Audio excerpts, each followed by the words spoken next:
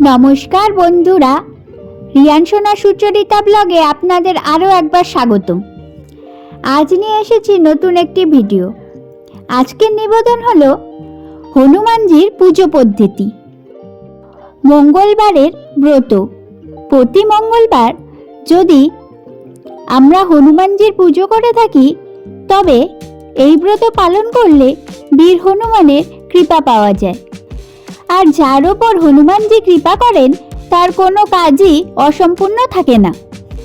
হনুমানজির কৃপায় আমাদের সব কাজ নির্বিঘ্নে পূর্ণ হয়ে যায়। হনুমানজি এই পৃথিবীর প্রত্যক্ষ দেবতা এবং তিনি খুব শীঘ্রই প্রসন্ন হয়ে যান। হনুমানজিকে প্রসন্ন করার জন্য মঙ্গলবারের ব্রতকে সর্বশ্রেষ্ঠ হিসাবে মানা হয়। কিন্তু কিভাবে করবেন মঙ্গলবারে হনুমানজির পুজো? কোন বিধি পালন করলে পাবেন হনুমানজির অশেষ কৃপা, জানেন কি? আজকের ভিডিওতে আপনাদের জানাবো কেন আপনি মঙ্গলবারের ব্রত করবেন, কিভাবেই বা করবেন, কি খাবেন এদিন আর কি খাবেন না, কোন মন্ত্র জপ করবেন এদিন।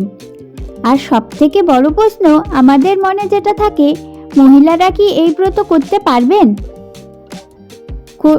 করলে কিভাবে করবেন? তাই সম্পূর্ণ ভিডিওটি মনোযোগ সহকারে দেখার অনুরোধ রইল।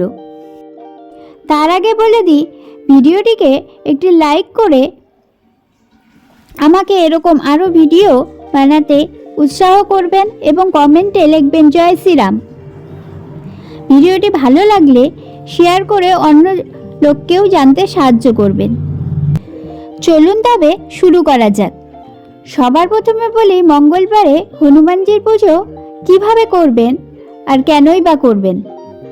হনুমানজির পুজো করলে জন্মকুণ্ডলিতে অবস্থিত মঙ্গল গ্রহ শুভ ফল প্রদান করা শুরু করে।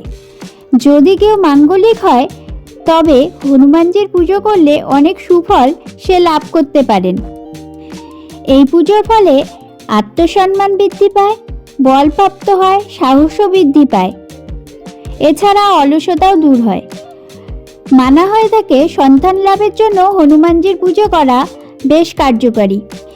এই পুজো করার ফলে অশুভ শক্তির বিনাশ ঘটে এবং বাড়িতে শুভ শক্তি ও নিজের জীবনে শুভ শক্তির প্রবেশ ঘটে। এবার আলোচনা করি এই পুজো করবেন কি করে। আপনি যদি বিশেষ কোনো মনের ইচ্ছা পূরণ করতে চান, তবে আপনাকে 21টি মঙ্গলবার এই পুজো করতে হবে। প্রথমে হনুমানজির কাছে হাতে সামান্য গঙ্গা জল নিয়ে সংকল্প গ্রহণ করবেন এবং হনুমানজির সামনে সংকল্প গ্রহণ করার সময় আপনার মনের বাসনা জানাবেন।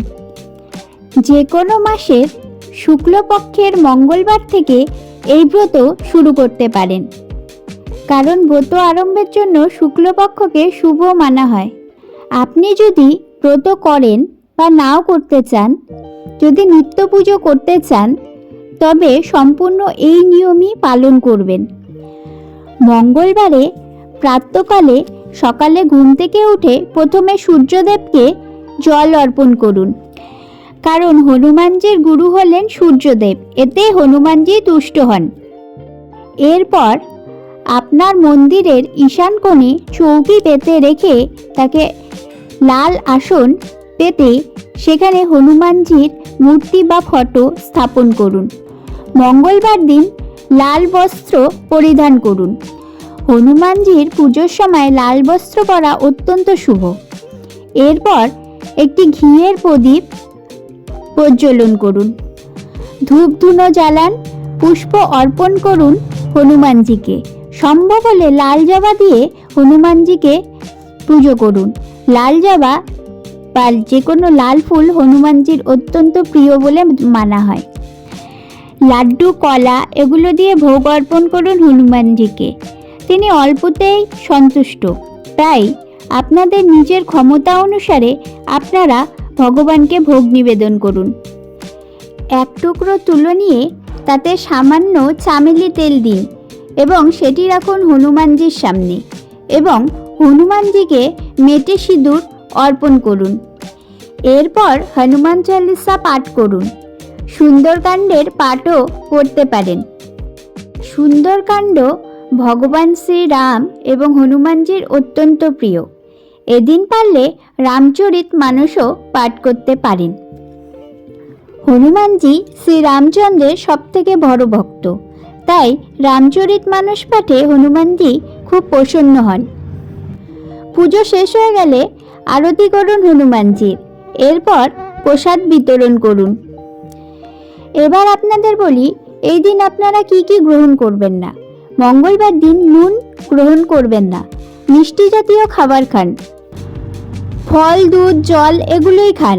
অন্য দিনে একবার গ্রহণ করবেন।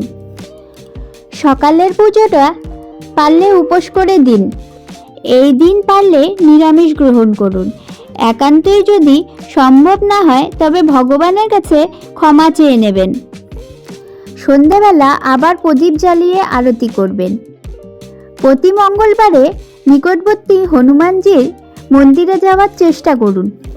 মঙ্গলবারে হনুমান চল্লিশা পাঠের সাথে সাথে একটি মন্ত্র জাপ করবেন। মন্ত্রটি হলো ওম হং হনুমতে নমঃ। 108 বার জপ করবেন এই মন্ত্রটি। এই দিন গুড় দান অনেক শুভ বলে মানা হয়ে থাকে।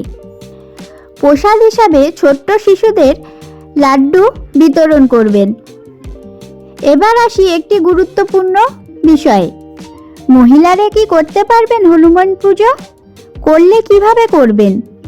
প্রথমেই বলে রাখি, হনুমানজি হলেন ব্রহ্মচারী, তাই অনেকের মতেই মহিলারা হনুমানজিকে স্পর্শ করতে পারবেন না। কিন্তু মহিলারা কি পারবে পুজো করতে? হ্যাঁ, মহিলারাও পারে হনুমানজির পুজো করতে। কিন্তু কিভাবে?